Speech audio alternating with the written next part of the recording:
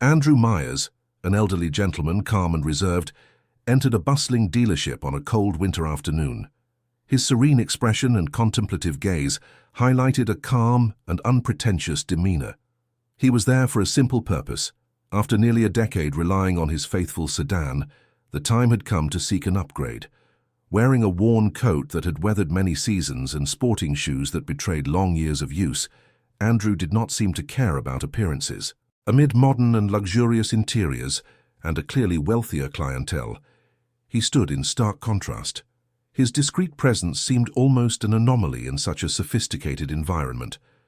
As he walked through the dealership, his eyes attentively examined the gleaming vehicles on display. Every polished curve and each chrome detail of the cars genuinely caught his attention. However, the reception he received was notably cold. Although he showed clear interest in the available models, none of the salespeople even considered approaching to offer assistance. They were too busy attending to younger and more flamboyant customers, whose designer clothes and airs of wealth gave the impression that they were there to purchase the most expensive luxury models. Andrew's modest appearance seemed to act as a sort of invisibility cloak, causing him to pass completely unnoticed by the staff, as if his presence had no relevance. Among the salespeople, Garrett Blake stood out. A young man with impeccable appearance, meticulously slicked back hair, and a smile brimming with confidence, he was the typical professional who knew how to charm the right customers. When his eyes briefly met Andrew's, there was a spark of recognition, but as quickly as the contact occurred, Garrett diverted his attention to a well-dressed couple who had just entered the store. The contrast was evident. While Andrew patiently waited near a shiny black sedan that had captured his interest, Garrett and his colleagues murmured among themselves, exchanging disdainful glances and muffled laughter. Andrew, undisturbed, ran his hand along the polished surface of the sedan, imagining what it would be like to drive that car, which seemed to perfectly fit his needs. However, even after 20 minutes of waiting in complete silence, no one approached to offer help. The indifference was palpable, but Andrew decided he would not be treated as invisible. Taking a deep breath, he walked up to the main desk, where 3 salespeople were engaged in a lively conversation, completely oblivious to the approaching gentleman. "Excuse me," he said with a firm yet courteous voice. Despite his controlled tone, there was a growing weight of frustration in his words. "I am interested in purchasing one of your vehicles. Could someone assist me?" Garrett barely lifted his eyes from his phone. With a disdainful tone and an ironic smile, he replied, "We're a bit busy right now. Why don't you come back later?" Andrew remained calm, but inside a storm of feelings was beginning to form. He nodded slowly, turned, and began walking toward the exit. Each step seemed heavier, laden with disappointment and silent anger. Before he left the store, he heard one of the salespeople mutter something in a mocking tone, followed by muffled laughter, wasting time on another window shopper. The mockery did not go unnoticed by Andrew, but he chose not to respond. Little did the salespeople know that this seemingly ordinary gentleman was not just anyone. Andrew Myers had spent decades building a considerable fortune, the result of strategic investments and rare business acumen. Despite this, he chose to live simply, valuing character and principles above appearances and material possessions. However, that humiliation would not be easily forgotten. As he drove home in his old sedan, a plan began to take shape. That night, Andrew made a few phone calls to his business contacts, orchestrating a strategy that would not only change his life, but also completely reverse the dynamics of that dealership. The next morning, Andrew returned to the store, but this time his visit had a completely different purpose. After hours of strategic negotiations and influential calls, he had secured the necessary funds and agreements to acquire the entire dealership. When he re-entered through the glass doors, nothing about his appearance indicated the magnitude of the transformation that had occurred. The same modest coat and worn shoes covered his figure, but his eyes now shone with determination. The general manager, Thomas Green, a middle-aged man with a fake smile, noticed Andrew upon entering and immediately approached him with a condescending air. "Good morning, sir. How can I help you today?" Andrew maintained a polite but firm posture. Without saying a word, he took a set of carefully folded documents from his coat pocket and handed them to Thomas. The manager began unfolding the papers, reading them with growing attention. As he absorbed the content, his face grew progressively paler, and the confident smile gave way to an expression of complete panic. What does this mean?" he stammered, his voice wavering. Andrew, silent until then, finally broke the tension. "I'm not here to buy a car." His voice was calm, but carried authority. "I'm here as your new boss." A deafening silence took over the environment. The salespeople, who had ignored Andrew the day before, watched the scene with increasing curiosity. The lively conversations from moments before were replaced by nervous whispers as they tried to understand what was happening. Thomas, with trembling hands and a stunned look, continued holding the papers, now unable to look away from Andrew, who remained impassive like an unshakable rock amidst the chaos.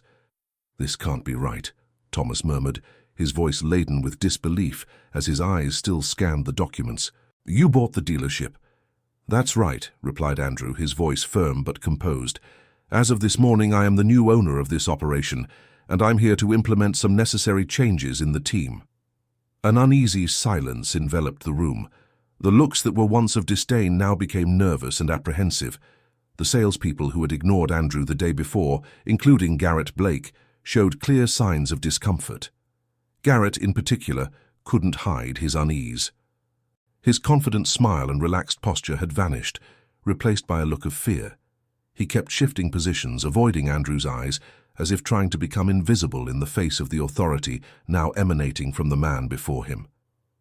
Andrew took a deep breath and, with calculated steps, turned to face the entire team.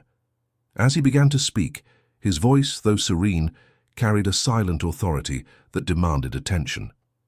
"Yesterday I came here as a customer," he said in a firm tone.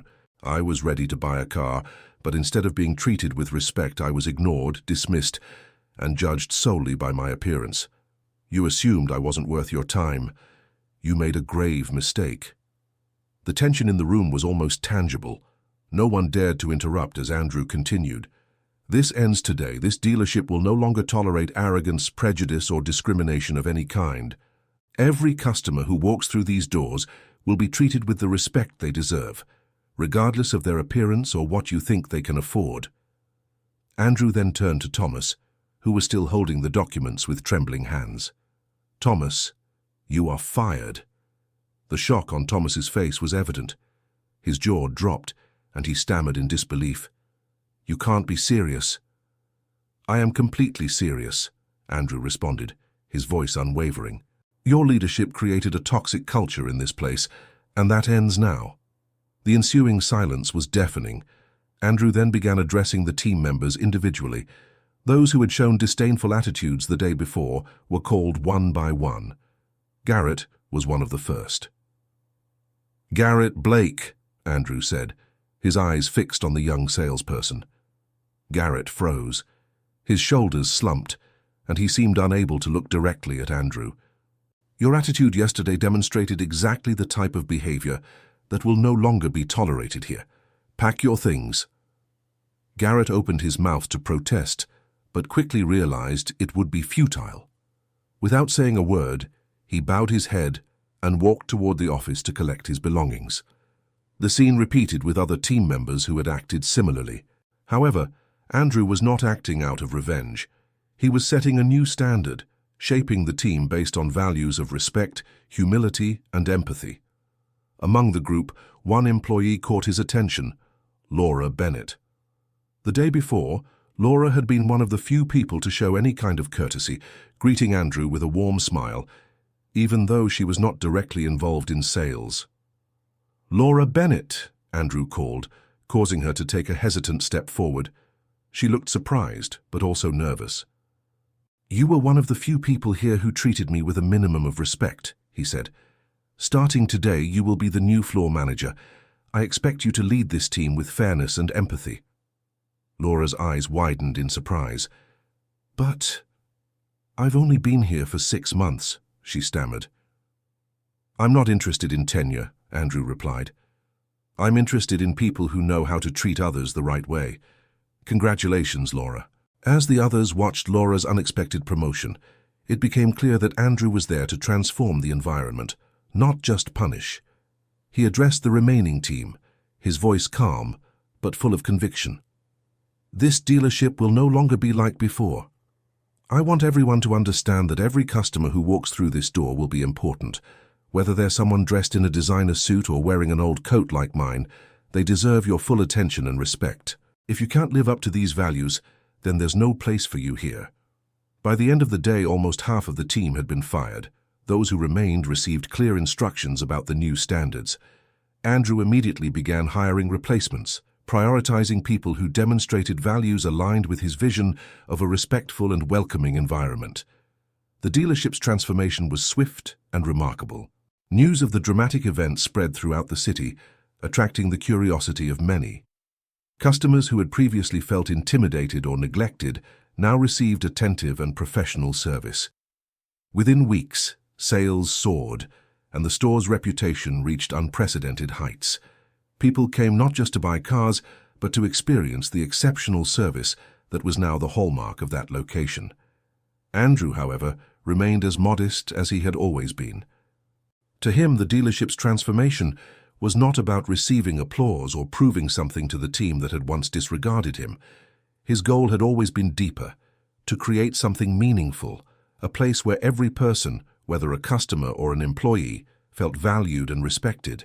The notoriety the dealership began to attract was merely a reflection of the impact the new values had provided. But Andrew stayed out of the spotlight, silently observing the progress of the now thriving location.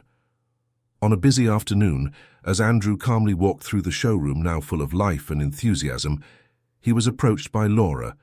She seemed hesitant but determined to speak.